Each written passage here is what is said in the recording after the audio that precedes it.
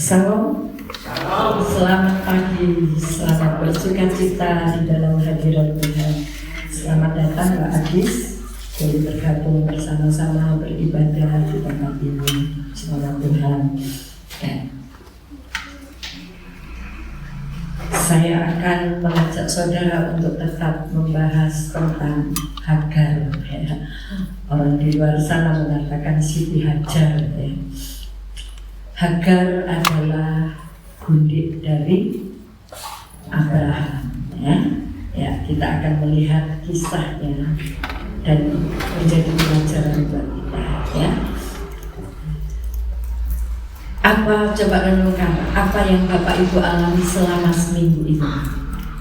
Masalah yang lebih banyak atau sukacita berkat yang lebih banyak? Kira-kira yang mana kalau ditimbang? Mana yang lebih besar? Masalah yang lebih banyak, ya. Ya, kadang-kadang masalah melindungi kita sampai kita merasa di titik yang terendah dan kita tidak bisa berpikir apa yang harus aku buat. Bahkan bangun untuk bangun saja tidak ada kekuatan, ya. Kita melihat pelajaran pagi hari ini tentang Hagar, bangkit dari keterpurukan, ya. Kita baca lebih dulu 2 Korintus pasal 4 ayat 8 sampai 9. 2 Korintus 4 ayat 8 dan 9. Kalau sudah menemukan, kita akan berdiri bersama-sama dan membaca ayat ini bersama-sama. 2 Korintus 4 ayat 8 dan 9. Ya, mungkin bisa ditampilkan di depan dan kita bisa baca bersama-sama. 2 Korintus 4 ayat 8 dan 9. 2, 3. Dalam segala hal kami ditindas, namun tidak terjepit. Kami habis akal, namun tidak putus asa. Kami dianiaya, namun tidak ditinggalkan sendirian. Kami dihempaskan, namun tidak binasa. Amin. Silakan duduk. Pernahkah kita mengalami hal ini? Ya, ditindas, ya. Ayat itu. Kami ditindas, kemudian kami habis akal. Karena ditindas ya sampai nggak bisa berpikir, habis akal. Tapi apa? Tidak putus asa. Biasanya orang kalau habis akal kan lambul, ya, putus asa, nggak bisa berpikir jauh ke depan, ya. Dan kami dianiaya, namun tidak ditinggalkan sendirian. Kami dihempaskan, namun tidak binasa. Saudaraku, ketika hal ini saudara atau saya mengalami, bisakah kita merasakan satu hal lain? Ketika kita ditindas, dikatakan di situ, aku dalam segala tapi ditindas tapi tidak terjepit. Luar biasa, ya. Ditindas tapi tidak merasa terjepit. Masih punya kekuatan untuk bangkit. Seperti Hagar ditindas oleh Sarah, ya. Dia tidak kuat, dia tidak tahan, dia lari, ya. Kami dihempaskan, namun tidak habis. Kami putus asa, tapi tidak habis akal, ya. Ya. Kami habis akal, tapi tidak putus asa. Wah, luar biasa, ya. Kami habis akal, tapi tidak putus asa. Dan kami dianiaya, tapi tidak ditinggalkan. Jadi saudaraku, ternyata dalam situasi yang terpuruk sekalipun, ayat ini mengajak kita untuk bangkit. Dan inilah harta rohani yang tidak bisa dihargai dengan uang. Ayat 7 mengatakan, tetapi harta ini kami punyai dalam bejana tanah liat, supaya nyata bahwa kekuatan yang berlimpah-limpah itu berasal dari Allah, bukan dari diri kita. Harta ini kami punyai dalam bejana tanah liat. Apa itu? Bukan periuk, bukan kendil, tapi ini loh tubuh saudara saudara, tubuh saya ini terbuat dari tanah liat. Jadi harta yang kami miliki itu bukan soal harta duniawi. Tuhan izinkan kita boleh memiliki harta duniawi, tapi harta yang lebih mulia adalah ini. Harta rohani kami miliki dalam bejana tanah liat. Sehingga ketika bencana tanah liat, tubuh saudara, tubuh saya, pikiran saya, masalah saya, beban saya ada menghimpit, tapi kami tidak putus asa. Haleluya. Kami ada harapan, ada penyertaan Tuhan.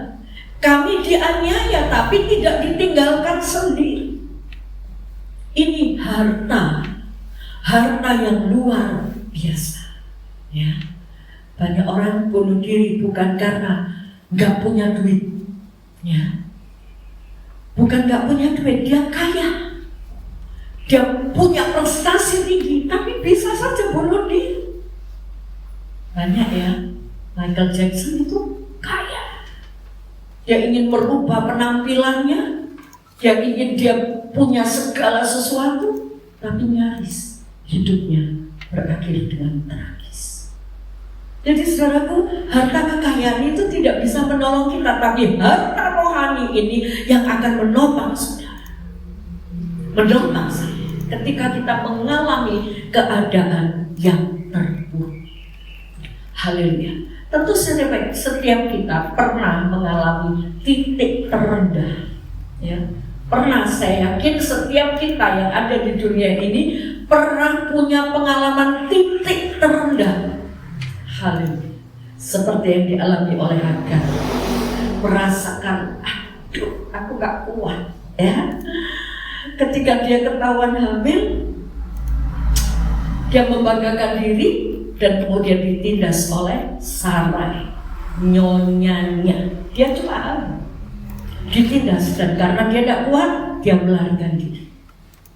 Tapi ada juga saudaraku, ketika kita punya beban yang berat, bisa jadi ya itu karena kesalahan kita, karena kesombongan kita, karena keangkuhan kita.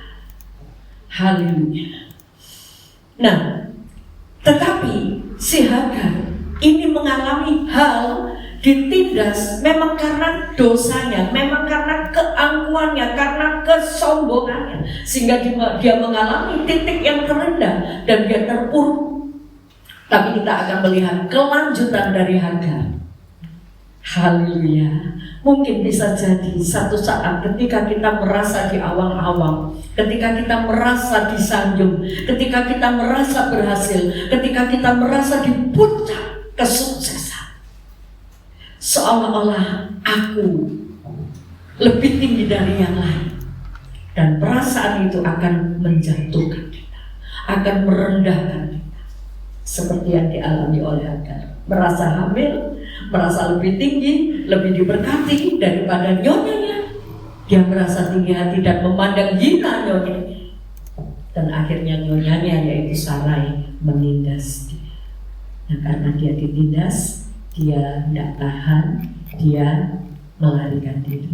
Ya, kita melihat dari Amsal pasal 16 ayat 18, apa yang dikatakan di sana? Congkakan mendahului kehancuran dan tinggi hati mendahului kejatuhan.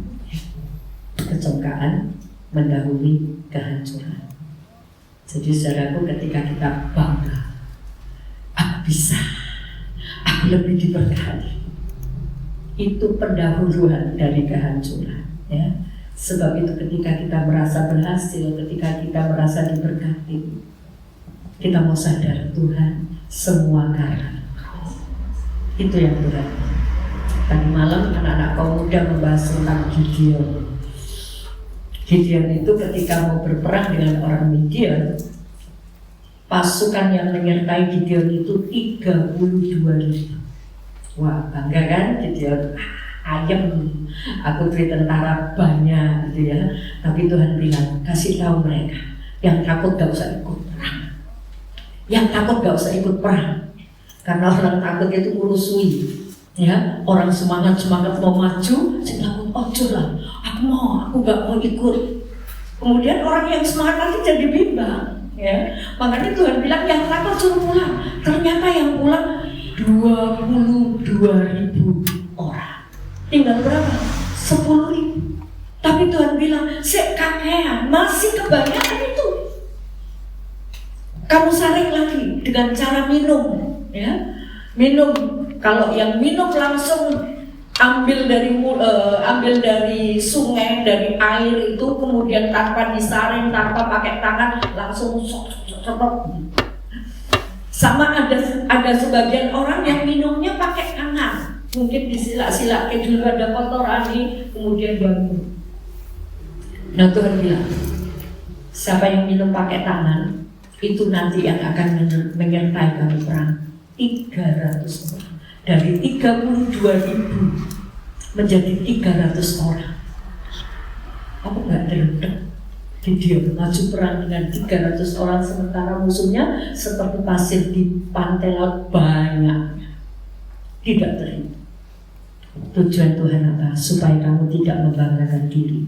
Kalau pasukanmu banyak dan kamu menang, kamu merasa, oh, gara-gara pasukanmu banyak, aku menang.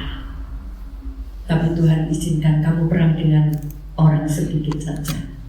Dan kalau kamu menang, itu karena Tuhan yang menyertai. Haleluya. Ya. Jadi saudaraku, kita melihat bahwa kepercayaan kita kepada Tuhan, ya. Ketika kita berhasil dalam dunia ini, bukan kuat dan gagah kita. Hagar merasa aku bisa hamil, aku lebih tinggi daripada nyonya. Nah, untuk itu dia akhirnya mengalami keadaan terpuruk gara-gara dia sombong, ya. Tapi keadaan seperti ini pun tidak lepas dari bantuan Allah, ya. Sebab itu dia bisa bangkit dari keterpurukan. Setelah dia jatuh, setelah dia terpuruk keadaan karena melarikan diri, kan? Melarikan diri dalam keadaan hamil, dia juga nggak tahu saya harus hidup seperti apa, ya.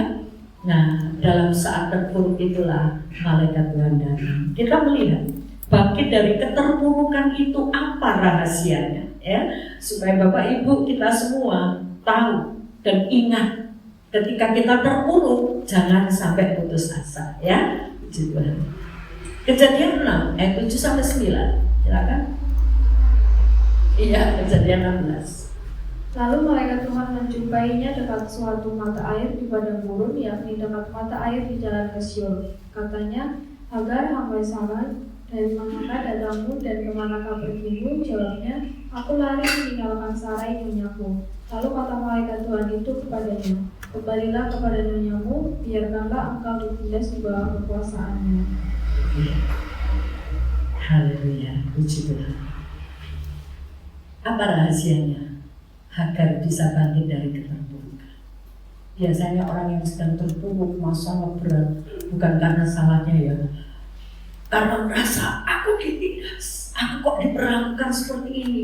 Enak saja Pak Abraham itu menghamili saya, dan ketika saya diusir aku nggak dibela-belai sama sekali sama Pak Abraham, padahal aku hamil gara-gara ini. Ketika Sarai ketika Sarai menindas dan Hagar melarikan diri, Abraham kok gak belani gitu loh, ya. Biasanya orang seperti ini itu menganggap orang lain salah. Orang lain salah. Aku menderita seperti ini gara-gara dia. Dan biasanya orang terpuruk seperti ini, orang punya masalah, punya kepahitan seperti ini, ketika ada orang mendekati bertanya, apa sih kamu masalahmu? Kok wajahmu suntuk? Kenapa sih kamu kok menangis? Langsung kan dia seperti itu. Masa aku gak salah, masa aku dibeginikan, masa, ya kan? Yang ada itu pembelaan diri. Tapi ketika Hagar terpuruk dalam keadaan seperti itu, malaikat Tuhan itu bertanya. Apa pertanyaan malaikat itu? Malaikat itu menjumpai dekat sungai, dekat mata air, suatu mata air di padang gurun, yakni dekat mata air ke Syur. Hagar, hamba saleh. Ketika malaikat itu memanggil Hagar, ada identitasnya. Hagar, istri kedua Abraham, bukan. Tapi malaikat itu menjelaskan, kamu itu hambanya Sarah. Hagar, hamba Sarah. Diingatkan kembali, posisimu itu hamba. Jadi jangan mentang-mentang. Diingatkan sama malaikat. Dan malaikat itu tanya, dari mana kamu mau kemana? Dan ternyata Hagar sadar. Hagar tidak mengelak bahwa dia itu seorang hamba. Memang aku ini hamba, tapi aku kan sudah dinikahi sama Pak Abraham. Dia tidak mengelak, dia tidak berargumentasi seperti itu. Dia tidak membela diri di hadapan malaikat. Dan malaikat tanya, kamu mau kemana? Dan dia menjawab, aku lari meninggalkan nyonya. Dia tidak bilang, aku lari meninggalkan madu. Tidak. Tapi dia bilang, aku lari meninggalkan nyonya. Jadi dia jujur. Haleluya. Puji Tuhan. Nah saudaraku, saat kita dalam keadaan terpuruk, apa rahasia bisa bangkit? Kita melihat Hagar, ya. Dia mau mendengar sapaan malaikat, dan dia mau terima apa yang dikatakan oleh malaikat, kamu hamba. Dan dia menyatakan, aku lari dari nyonyaku. Jadi dia tidak mengelak. Haleluya. Dia tetap pegang. Iya, engkau betul malaikat. Aku ini hamba dari sana. Haleluya. Dan ini yang dia pegang, dia tidak mengelak. Dia tidak menghapus identitas yang dikatakan oleh malaikat itu. Tapi dia terima. Bagaimana dengan kita? Saat kita mengalami keadaan terpuruk dan Tuhan berkata, kamu salah. Kita bilang, enggak, aku gak salah. Dia yang salah. Aku ini sudah nurut. Mau dihamili juga mau. Dia tidak beralasan seperti itu. Tapi dia menerima dia, aku ini hamba. Bagaimana dengan saudara dan saya ketika kita mengalami keadaan terpuruk karena keangkuhan kita, karena kesombongan kita, karena kita merasa aku bisa? Tuhan sadarkan, coba kamu merendahkan diri. Kamu rendahkan diri di hadapan Tuhan. Dan Hagar mau, iya, aku adalah hamba. Saudaraku, saat kita keadaan terpuruk, ketika kita mau bangkit, coba dengar perkataan Tuhan dan percayai itu. Jangan pakai akal pikiran kita. Mana bisa aku ditindak suruh nurut saja? Gak bisa, aku gak tahan. Itu akal. Tapi firman Tuhan katakan, percayalah kepada Tuhan dan jangan bersandar pada akalmu. Silakan dibaca Amsal 3 ayat 2. Percayalah kepada Tuhan dalam segenap hatimu dan janganlah bersandar kepada pengertianmu sendiri. Ya, ini yang harus kita pakai. Ketika saudara terpuruk dalam sebuah kondisi yang dalam titik yang terendah, ayo ingat kembali firman, baca kembali firman, dan jangan sampai ketika firman itu menegur kita mengelak. Tapi katakan, iya Tuhan, aku percaya firman. Dan aku tahu Engkau akan menolong aku. Ya, puji Tuhan. Jangan mengelak dengan teguran. Haleluya, puji Tuhan. Ini yang pertama. Bangkit dari keterpurukan, rahasianya apa? Bisa bangkit dari keterpurukan karena mau mendengar suara malaikat, mau mendengar teguran, mau mendengar suara Tuhan, mau mendengar firman. Jadi firman itu jangan saudara lepaskan, ya. Jangan sampai ketika kita di puncak kesuksesan, kita merasa aku gak butuh firman, aku saat sibuk, wah ini ada keuntungan besar, aku mau tinggalkan dulu, gak ketemu Tuhan. Sebetulnya yang milih berkat itu sama Tuhan, ya. Dan kalau kita ketemu Tuhan, kita juga dapat berkat. Yang kedua, rahasia untuk bisa bangkit dari keterpurukan. Ya, Sarai berkata jujur. Aku lari dari nyonya, ya. Aku lari dari nyonya. Dia berkata jujur. Mari kita juga jujur di hadapan Tuhan ketika kita mengalami keterpurukan. Jangan kita merasa aku nggak salah. Tapi coba rendahkan diri di hadapan Tuhan dan kita mulai membuka hati. Kalau Allah berbicara menunjukkan kekeliruan kesalahan kita mau berkata jujur, Yesus, saya salah. Haleluya. Kita baca Mazmur 32 ayat yang kelima. Dosaku kuberitahukan kepadamu dan kesalahanku tidak aku sembunyikan. Aku berkata, aku akan mengaku kepada Tuhan pelanggaran-pelanggaranku, dan Engkau mengampuni kesalahan karena dosaku.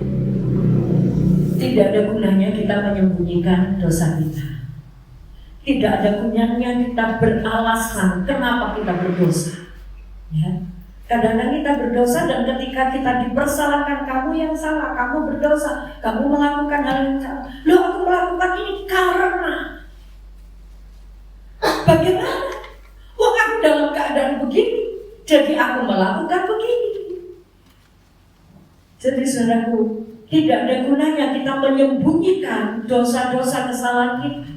Di Mazmur 32, aku memberitahukan dosamu di hadapan. Jadi ketika saudara dan saya dalam keadaan terpuruk, ayolah kita koreksi diri kita, ya. Kita koreksi apa yang sedang terjadi. Mungkin ada selembar benang yang Tuhan tidak suka. Ada dosa yang terselip, ada keangkuhan, ada kesombongan yang tidak pernah kita sadari.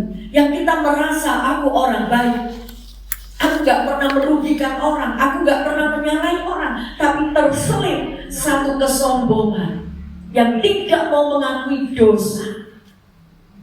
Sebab itu ketika kita mau bangkit dari keterpurukan, jujurlah di hadapan Tuhan. Gak ada untungnya ketika kita datang kepada Tuhan dan menyembunyikan dosa kesalahan kita. Tapi di hadapan Tuhan, maka dosa itu akan diampuni. Seperti seorang perempuan yang berzina, kedapatan berzina, dia sudah tidak bisa mengelak. Dia datang kepada Yesus dan dia tidak lari. Dia menyatakan, iya, aku orang berdosa, iya, aku orang sudah berzina. Dan dia siap dilempari batu oleh orang-orang di sekelilingnya. Tapi Tuhan Yesus membela, siapa di antara kalian yang tidak berdosa bisa melempari lebih dulu. Dan mereka merasa, oh ya aku dosa walaupun tidak berzina. Seringkali kita menganggap rendah orang yang sudah berdosa, orang yang sudah berbuat kesalahan kepada kita, orang yang sudah menyakiti kita, kita memandang dia rendah, dia salah. Tapi ketika kita merasa, kita mengoreksi diri kita, oh ya, saya juga pernah bersalah. Ya? Jangan kesusu nuding dulu, karena kita juga punya salah, kita juga punya dosa. Dan orang yang dituding, iya aku salah. Dan ternyata ketika dia di hadapan Tuhan, Tuhan bilang, aku pun tidak menghukum kamu. Wow. Padahal yang paling berhak untuk menghukum orang yang berzina tadi adalah Yesus. Tapi Tuhan bilang, aku pun tidak menghukum kamu. Jadi mari saudara, kalau saudara ingin bangkit dari keterpurukan, dari persoalan yang berat meninggi, jujurlah di hadapan Tuhan.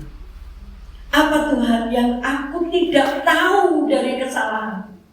Selidik aku, koreksi aku, supaya aku bisa belajar untuk mengikuti firman-firman. Haleluya. Roh Kudus jika dia datang bekerja dalam diri seseorang, Roh Kudus itu akan salah satu yang dia kerjakan. Tugas Roh Kudus salah satunya adalah menunjukkan, menginsafkan akan dosa dan kesalahan. Menginsafkan. Jadi ketika Roh Kudus menginsafkan kita, jangan kita selimuti dengan alasan-alasan kita, tapi terbuka. Mazmur ini mengatakan, aku tidak menyembunyikan dosaku.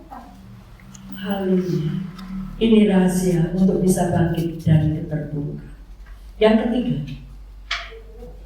apa yang dilakukan oleh Hagar ketika dia mau bangkit dari keterpurukan? Ya, kita bisa bayangkan Hagar harus meningkat karpe dewi, kemudian sama malaikat suruh balik. Isin orang, malu ya. Tapi Hagar berani bangkit menghadapi rasa malu itu. Wow, ini dahsyat ya. Saudaraku, mungkin kita pernah menghadapi mola gengsi lah. Wong aku metu-metu karo PDW, aku sudah melarikan diri karo PDW, saya ingin balik lagi. Mola. Kalau kita mempertahankan gengsi, tidak ada pemulihan. Ya. Gengsi itu perlu kita gugurkan. Jangan gengsi. Aku mola masuk dalam misalnya satu perkumpulan dengan sama saya memimpin misalnya. Nah, saudaraku, mari kita saling merendahkan diri. Ya, kita tidak perlu mempertahankan gengsi. Ya, seperti Hagar ini balik untuk bisa balik untuk ditindas, kata malaikat. Kembalilah kepada nyonyamu untuk ditindas. Aduh, satu perintah yang nggak masuk akal ya. Sopo saya gelap ditindas, ya kan? Nah, ini rahasia keberanian Hagar untuk bisa balik, untuk ditindas oleh Sarai. Dia berani mengatasi rasa malu. Dengan cara apa? Mazmur 31 ayat 17 dan 18. Buatlah wajahmu bercahaya atas hambamu, selamatkanlah aku oleh kasih setiamu. Tuhan, janganlah membiarkan aku mendapat malu, sebab aku berseru kepadamu. Biarlah orang-orang fasik mendapat malu dan turun ke dunia orang mati dan bungkam. Ya, Tuhan, aku berharap kepadamu. Buatlah engkau bercahaya, supaya aku tidak mendapat malu. Mungkin malu itu karena harus ada di dalam diri Hagar, tapi Hagar menghadapi dengan terang kasih. Haleluya. Mazmur ini, perikop Mazmur pasal 31 ini judulnya apa? Aman dalam lindungan Tuhan. Termasuk ketika menghadapi gengsi yang harus direndahkan, malu kan? Tapi Hagar mau. Hagar mau. Buatlah terangmu bercahaya, dan biarlah aku bisa mengatasi rasa malu. Haleluya, aku direndahkan gak masalah. Yang penting ada terang Tuhan bercahaya dalam diri. Ini rahasia untuk bisa bangkit dari keterpurukan. Dia berani menghadapi rasa malu, dan apalagi berani ditindas. Kalau dia balik kepada Sarai, tentu Sarai merasa lebih, ya kan? Dia merasa, ternyata gue balik toh. Kamu gak bisa hidup kan? Sendirian, nyatanya balik. Kira-kira apa yang dilakukan Sarai? Makin menindas tentunya. Dan ini yang disiapkan oleh Hagar. Hatinya mempersiapkan hatinya untuk malu, untuk ditindas, tapi Hagar tidak sendiri. Karena Tuhan yang sudah memerintah, malaikat sudah memberi saran, dan dia pegang itu, ya wes aku mau balik. Dan ternyata malaikat Tuhan sendiri tidak membiarkan Hagar. Ya, puji Tuhan. Mazmur 119 ayat 71. Bahwa aku tertindas itu baik bagiku, supaya aku belajar ketetapan-ketetapanmu. Ternyata tertindas itu baik, saudara. Ya, Mazmur ini menyatakan bahwa aku tertindas itu baik. supaya aku belajar ketetapan-ketetapanmu. Wow. Jadi saudaraku, jangan kita mengeluh saat kita tertindas, saat masalah menghimpit kita. Jadi rahasia untuk bangkit itu apa? Ketika kita tertindas, ketika kita ada masalah, jangan mengeluh dulu, tapi koreksi. Ini aku Tuhan, aku dalam keterpurukan, aku dalam ketidakmampuan, aku datang kepadamu. Dan kalau Allah mulai berbicara menunjukkan kesalahan kita, ayo kita terbuka. Dear Gusti, sekarang apa yang harus aku lakukan? Aku tidak tahu apa yang harus aku lakukan. Dan malaikat itu akan memberikan petunjuk. Terimalah petunjuknya, sekalipun petunjuk itu bertentangan dengan kemauan kita. Mosok si aku balik, mosok si aku ditindas, aku ingin ditindas, aku gak betah sekarang balik lagi. Tapi ini keberanian Hagar, dan ini membentuk karakter Hagar, membentuk karakter Hagar yang tadinya sombong, yang tetap merendahkan diri, memposisikan diri sebagaimana mestinya menjadi seorang hamba sahaya. Haleluya. Dan yang keempat, rahasia untuk bangkit dari keterpurukan. Ini rahasia terpenting untuk bisa bangkit dari keterpurukan. Di balik segala kemelut yang kita alami, ternyata ada Tuhan yang memperhatikan. Kejadian 16 ayat 13. Kemudian Hagar menamakan Tuhan yang telah berfirman kepadanya itu dengan sebutan, Engkaulah El-Roi, sebab katanya, bukankah di sini kulihat Dia yang telah melihat aku? Kulihat Dia yang telah melihat aku. Sebelum Hagar melihat Tuhan, Tuhan sudah lebih dulu melihat. Kulihat Dia yang telah melihat aku. Sebelum Hagar melihat keberadaan Tuhan dengan menampakkan diri sebagai malaikat Tuhan, Hagar berkata, kulihat Dia yang telah melihat. Jadi saudara, mari kita ingat, ketika saudara dalam masalah besar, seolah-olah terpuruk dalam titik yang paling rendah, seolah-olah sudah tidak ada jalan keluar, bahkan tidak punya daya untuk bangkit, bahkan habis akal, aku mau berbuat apa, aku nggak ngerti. Ingat, Tuhan melihat. Seringkali pandangan kita dengan Tuhan itu terhalang oleh masalah kita, sehingga kita tidak bisa melihat Tuhan yang melihat kita, karena masalah itu ada di depan kita. Coba kita ganti masalah itu, kita taruh di belakang kita, dan kita lihat Tuhan. Ada kekuatannya. Jadi ketika kita datang itu, mari saudaraku, kita melihat Tuhan yang sudah melihat kita. Jangan melihat masalahmu.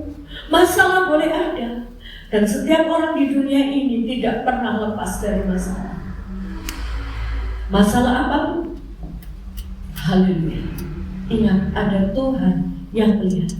Di sini telah melihat Tuhan yang telah melihat. Dan ada satu janji Tuhan, Ibrani 13 ayat 5. Janganlah kamu menjadi hamba uang, dan cukupkanlah dirimu dengan apa yang ada padamu. Karena Allah telah berfirman, aku sekali-kali tidak akan membiarkan engkau, dan aku sekali-kali tidak akan meninggalkan engkau. Jangan kamu jadi hamba uang, cukupkanlah dengan apa yang ada padamu.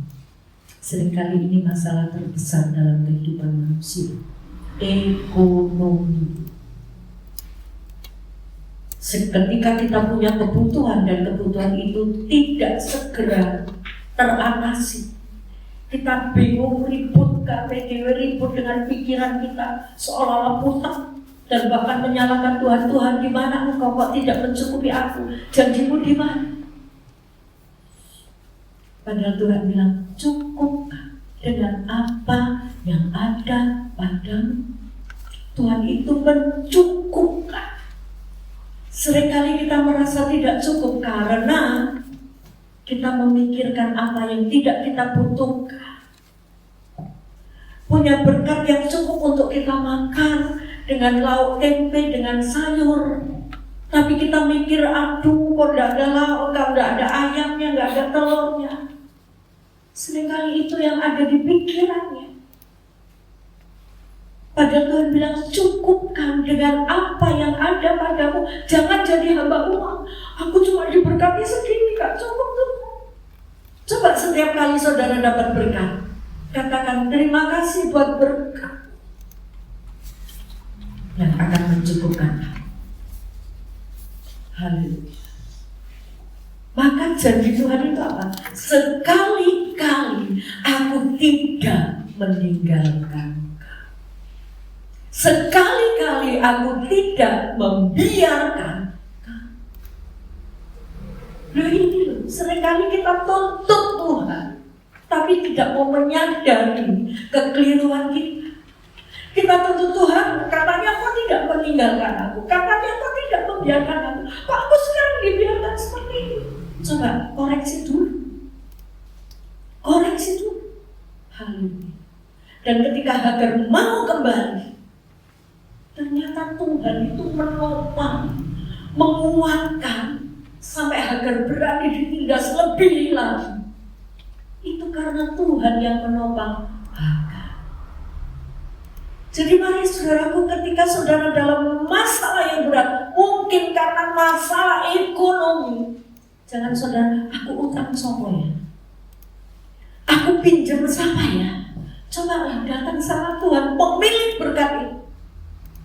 Katakan, Tuhan, aku dalam keadaan seperti ini, aku membutuhkan. Jangan kita berpikir dulu, berusaha, aku seperti ini, aku seperti ini. Ujung-ujungnya lari ke rentenir. Ketika rentenir kita tidak bisa membayar karena beratnya bunga, kita menyalahkan Tuhan. Aku seperti ini Tuhan, aku seperti ini Tuhan. Dan Tuhan bilang, cukupkan dengan apa yang ada padamu. Ketika Tuhan memberkati engkau dengan sambal, terimalah dengan sukacita. Haleluya. Ada saatnya Tuhan bisa memberkati engkau dengan makanan-makanan yang lebih baik. Haleluya. Jadi ini rahasia untuk bisa bangkit dari keterpurukan. Aku percaya Tuhan melihat aku, karena Dia tidak pernah meninggalkan aku.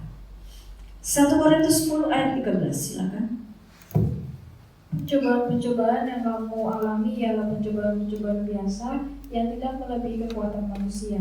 Sebab Allah setia, dan karena itu Ia tidak akan membiarkan kamu dicobai melampaui kekuatanmu. Pada waktu kamu dicobai, Ia akan memberikan kepadamu jalan keluar, sehingga kamu dapat menanggungnya. Sehingga kamu dapat menanggung.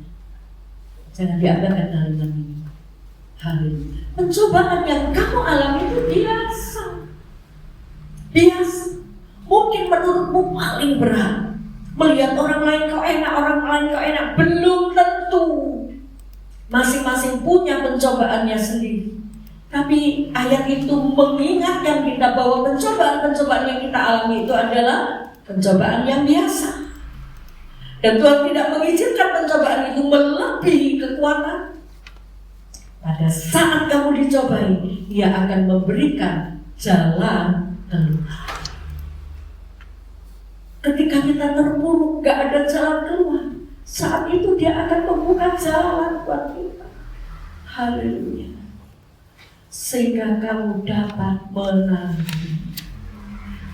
Makanya ketika saudara punya beban yang berat, jangan ngeluh dulu. Ingat ayat ini, pada saat kamu dicobai, Dia akan memberikan jalan keluar. Nah, Tuhan belum memberikan jalan keluar, kita sudah marah duluan. Kita sudah lari dari Tuhan duluan. Ya, jangan. Makanya Tuhan kejar Hagar, balik, kamu balik. Karena Tuhan punya rancangan besar buat Hagar dan anak yang ada di dalam kandungan. Tuhan kejar Hagar, ayo balik, kamu balik. Haleluya.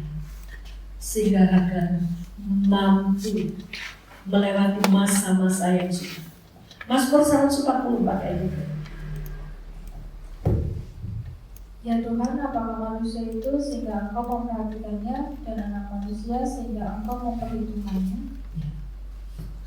Kalau saudara bersumur-sumur dengan Tuhan, marah dengan Tuhan karena kita kekurangan misalnya seperti bangsa Israel, ya, nggak ada makan paling 3 hari makan mana bosan. Kita ingat di Mesir, kita makan semangka, kita makan daging, ya, kita makan bawang merah, bawang putih, bawang peri, sedap rasanya.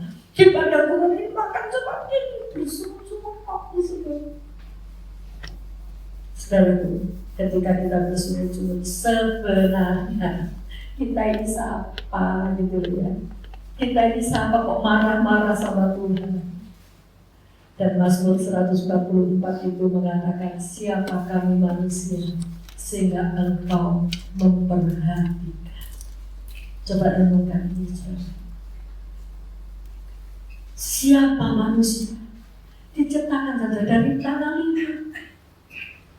Tanah liat itu kalau tidak dibentuk, kalau tidak ditangani oleh Tuhan, tanah liat diinjak-injak. Haleluya. Mari kita sadar siapa. Seandainya Tuhan memberi kesempatan kita untuk berhasil, Tuhan memberi kesempatan kita untuk mapan, punya hidup yang mapan, ayo kita berkata, semua karena Engkau. Haleluya. Siapa manusia? Gak ada apa-apanya. Tapi ternyata Tuhan mau memperhatikan. Jadi kita nyanyi, terlalu besar rancanganmu, tak terselami, terlalu dalam. Haleluya.